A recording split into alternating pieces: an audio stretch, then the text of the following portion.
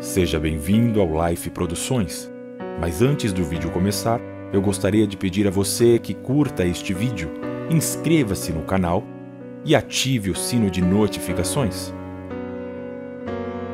Livro Ele Veio para Libertar os Cativos. Autora Rebecca Brown. Capítulo 2. Elaine.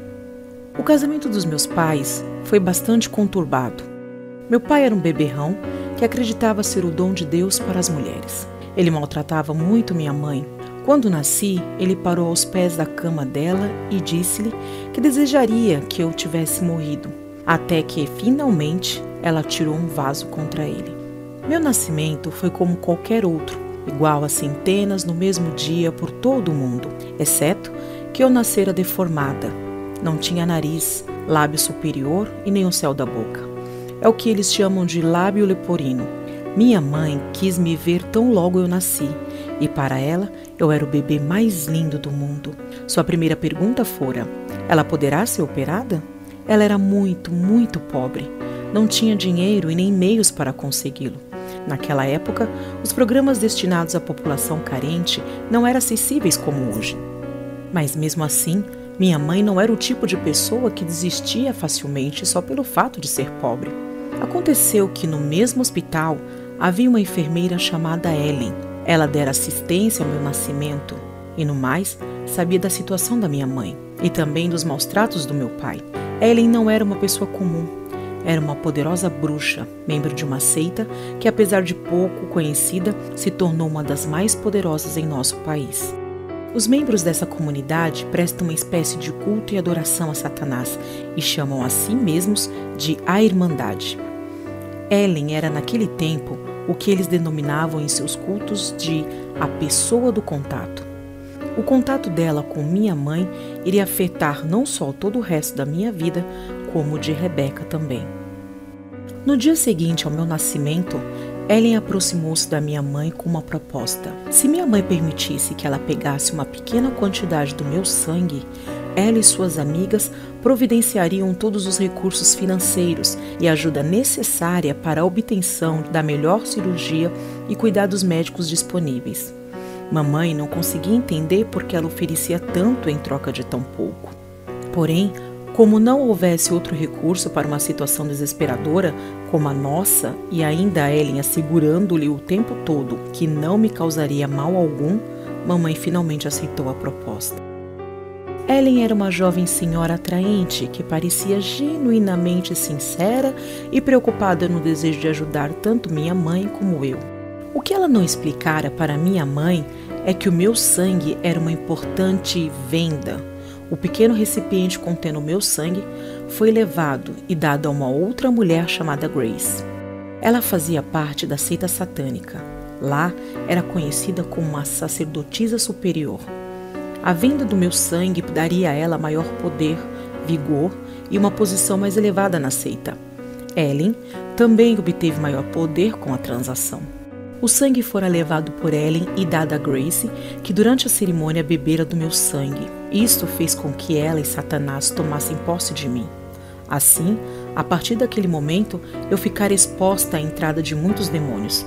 Grace, sob orientação do diabo, enviou especificamente para o meu corpo diversos demônios que moldariam minha vida, personalidade e futuro. Mamãe, não sendo cristã, jamais poderia imaginar que o que ela fizera iria me tornar numa pessoa marcada, cuidadosamente vigiada pelos satanistas. Mais tarde, como resultado, o meu próprio envolvimento na seita. Mesmo que mamãe jamais tivesse dito: tudo bem, você pode pegar um pouco do sangue dela. No futuro, eu testemunharia a venda do sangue de outros bebês. Meu coração se afligia só de pensar nas consequências que essas vendas causariam no futuro deles. Satanás tinha agora uma preciosa propriedade, um novo bebê onde os demônios poderiam habitar, crescer e tornar-se poderosos e ágeis. Quanto mais eu crescia, tomando consciência de mim mesma, mais eu sabia que algo diferente e incomum acontecia dentro de mim. Entretanto, não sabia o que era. 4 dias após o meu nascimento, disseram à minha mãe que ela poderia levar-me a um hospital infantil perto dali. Lá, eu sofreria várias intervenções cirúrgicas, muitas na verdade. Foram necessários 16 anos de cirurgias plásticas para que eu tivesse um rosto normal. Também tive que frequentar terapias para a correção da fala e da audição, além das correções na arcada dentária. Era apenas o começo dos anos de muita dor, solidão e rejeição. Dor porque a cirurgia plástica me causava dores como de queimadura quando na fase de recuperação. Solidão porque eu não era como as outras crianças. E rejeição porque, devido à deformidade no meu rosto, eu tinha poucos amigos. Eu me tornara rude e violenta, aprender a lutar para me defender. As interrupções na escola, devido às cirurgias, desfaziam os meus círculos de amizade. As crianças na escola pareciam se divertir, faziam-me de palhaça, cutucando, empurrando e zombando, até que eu não mais pudesse suportar. Mudávamos de escola para escola. Eu não frequentava a mesma 2 anos consecutivos. Meus pais achavam bom que eu não tivesse de enfrentar o mesmo grupo de crianças no ano seguinte. Porém, eu vivia a mesma situação. Acontecia o mesmo em cada escola, um ano após outro de agonia. Nada, absolutamente nada mudava. Mamãe casou-se novamente, após o meu nascimento. Os meus pais não iam à igreja e não me negavam o direito de ir, mas não iam. Ficavam esperando um pelo outro, e assim nenhum dos dois dava o primeiro passo. Finalmente, eu me ajuntei a um grupo da igreja. Era um grupo ativo na igreja pentecostal. Eu tinha 16 anos e fora aceita na mocidade porque sabia cantar, tocar guitarra e bateria. Eu possuía muitos talentos, habilidade musical, assim como habilidades artísticas. Foi uma época feliz, embora durasse pouco. Enquanto crescia, descobri que possuía poderes inexplicáveis. Entretanto, não sabia de onde eles vinham, o que eram, o que fazer com eles.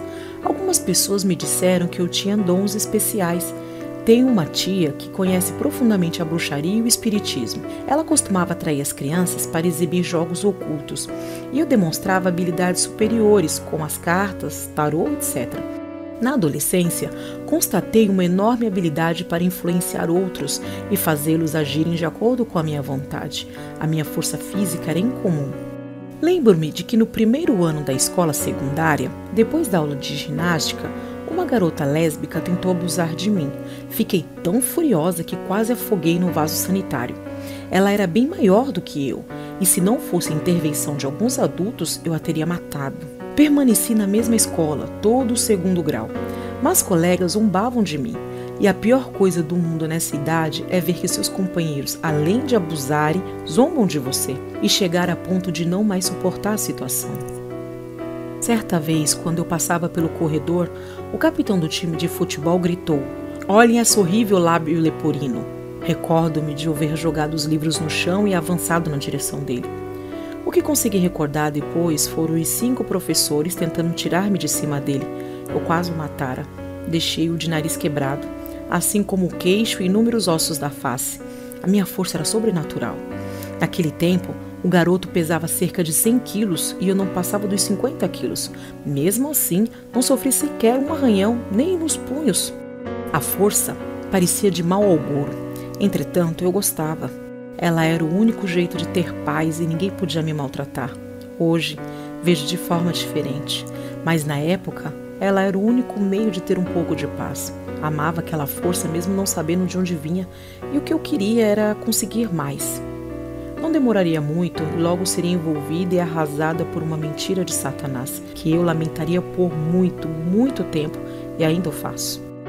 Mas graças a Jesus, que sempre me amou, mesmo que eu não conhecesse, foi nessa época que conheci Sandy, no grupo da mocidade que eu frequentava. Ela também era da mesma escola que eu e tínhamos a mesma idade.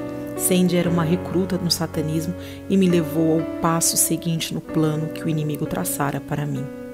Ela também era da mesma escola que eu e tínhamos a mesma idade. Sandy era uma recruta do satanismo e me levou ao passo seguinte no plano que o inimigo traçara para mim.